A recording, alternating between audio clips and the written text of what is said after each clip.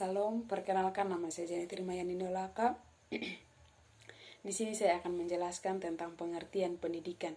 Pendidikan adalah pembelajaran, pengetahuan, dan keterampilan yang memiliki kekuatan spiritual keagamaan, pengendalian diri, kepribadian, kecerdasan, akal mulia, serta keterampilan yang diperlukan seseorang, masyarakat, bangsa, dan negara. Proses pendidikan itu harus berorientasi pada siswa.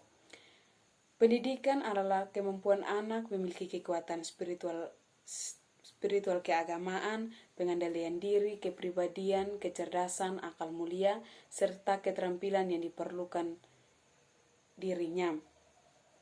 Dengan cara pembentukan sikap, kecerdasan, dan keterampilan bagi setiap anak didik agar mereka berkembang sesuai dengan potensi yang dimilikinya. Yang kedua, dasar, fungsi, dan tujuan pendidikan. Dasar yang dimaksud di sini adalah dasar pelaksanaan yang mempunyai peran penting untuk dijadikan pegangan dalam melaksanakan pendidikan di sekolah atau lembaga-lembaga pendidikan lainnya. Fungsi dan tujuan dari pendidikan nasional ditunjuk dalam Undang-Undang Nomor 20 Tahun 2003 tentang Sikdens, Sistem Pendidikan Nasional, Pasal 3 yang berbunyi, pendidikan nasional berfungsi mengembangkan kemampuan dan membentuk watak seorang anak didik. Tujuan pendidikan akan menentukan ke arah mana anak didik dibawa pada Pasal 1 ayat 2 Undang-Undang Nomor 2 Tahun 1989 telah menegaskan bahwa pendidikan nasional adalah pendidikan yang berakar pada kebudayaan bangsa Indonesia. Yang ketiga, istilah dan pengertian pendidikan anak usia dini. Istilah pendidikan anak usia dini merupakan pandangan dari Erling Holt. Pendidikan anak usia dini adalah bentuk layanan pendidikan bagi anak dengan rentan usia 0 sampai 6 tahun. Diberikan sebelum anak memasuki pendidikan sekolah dasar. Sasarannya untuk kematangan perkembangan anak, yaitu memastikan anak dalam perkembangannya atau kemampuan berpikir kognitif, berkomunikasi dengan baik, bahasa, fisik, motorik, emosi, dan sosial dapat tumbuh berkembang secara tidak ada aspek berhambatan. Yang ketiga, jenis dan bentuk layanan PAUD. Layanan pendidikan bagi anak usia dini diselenggarakan melalui 3 jalur, yaitu formal, non-formal, dan informal. PAUD formal berbentuk taman kanak-kanak atau TK, dan PAUD non-formal yaitu kelompok bermain atau tempat penitipan anak, dan bentuk lain sederajat. PAUD informal yaitu pendidikan keluarga, lingkungan termasuk homeschooling berkaitan dengan pendidikan anak usia dini di Indonesia. Yang keempat, landasan pentingnya pendidikan pada usia dini. Ada 2 alasan sangat kuat mengapa sejak usia dini anak penting untuk dididik, diarahkan, dibimbing, dan difasilitasi. Yang pertama, arah perkembangan optimal, anak butuh peran orang dewasa untuk membantu, yaitu dengan memberikan rangsangan dan memfasilitasi perkembangannya. Semakin banyak rangsangan terhadap otak anak, semakin banyak peluang tumbuhnya cabang-cabang baru sel saraf neuro yang sangat berpengaruh terhadap kemampuan berpikir atau kecerdasan seorang anak.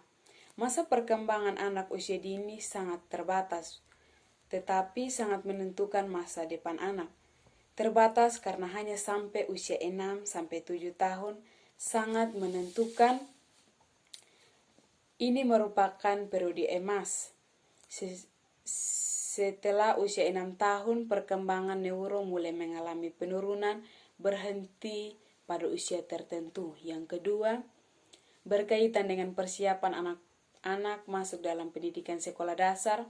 Syarat seorang anak masuk sekolah dasar ialah di atas usia 6 tahun.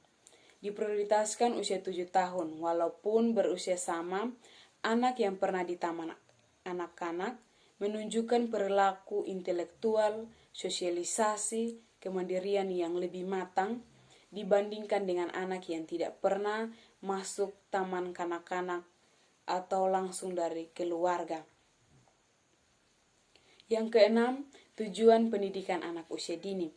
Tujuan pendidikan bagi anak usia dini untuk melatih anak untuk perkembangan anak dapat tumbuh dan berkembang secara optimal, meliputi fisik, motorik, kognitif, intelektual, komunikasi, sosial, emosi, dan nilai agama normal. Puncak dari perkembangan itu adalah mencapai kematangan dalam seluruh aspek perkembangan, membuat anak lebih siap memasuki pendidikan sekolah dasar. Dapat dikatakan bahwa pendidikan usia dini adalah meletakkan dasar bagi anak untuk pendidikan selanjutnya. Yang ketujuh, landasan hukum penyelenggaraan PAUD di Indonesia.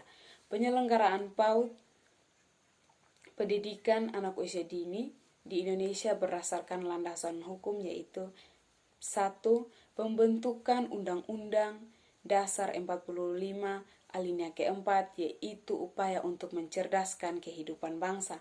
Yang kedua, amandemen Undang-Undang Dasar 45 pasal 28C, setiap anak berhak memperoleh pendidikan dan manfaat dari ilmu pengetahuan dan teknologi. Yang ketiga, Undang-Undang Perlindungan Anak nomor 23 pasal 4. Yang keempat, Undang-Undang Sisdiknas nomor 20 tahun 2003. Yang kelima, Peraturan Pemerintah nomor 19 tahun 2005 tentang Standar Nasional Koordinasi. Yang keenam, Peraturan Menteri Pendidikan Nasional tentang Standar Pendidikan Anak Usia Dini. Yang kedelapan, sejarah DAP. DAP lahir dari kondisi pendidikan di Amerika Serikat tahun 1970-an dengan munculnya gerakan pembaharuan terhadap kurikulum pendidikan bagi anak usia dini di bawah 8 tahun.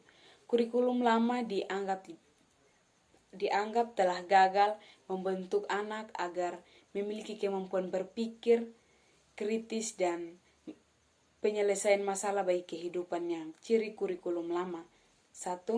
Berorientasi menghafal materi. Yang kedua, emosi spiritual. Yang ketiga, materi diajar bersifat abstrak dan tidak kognitif. Yang keempat, bahasa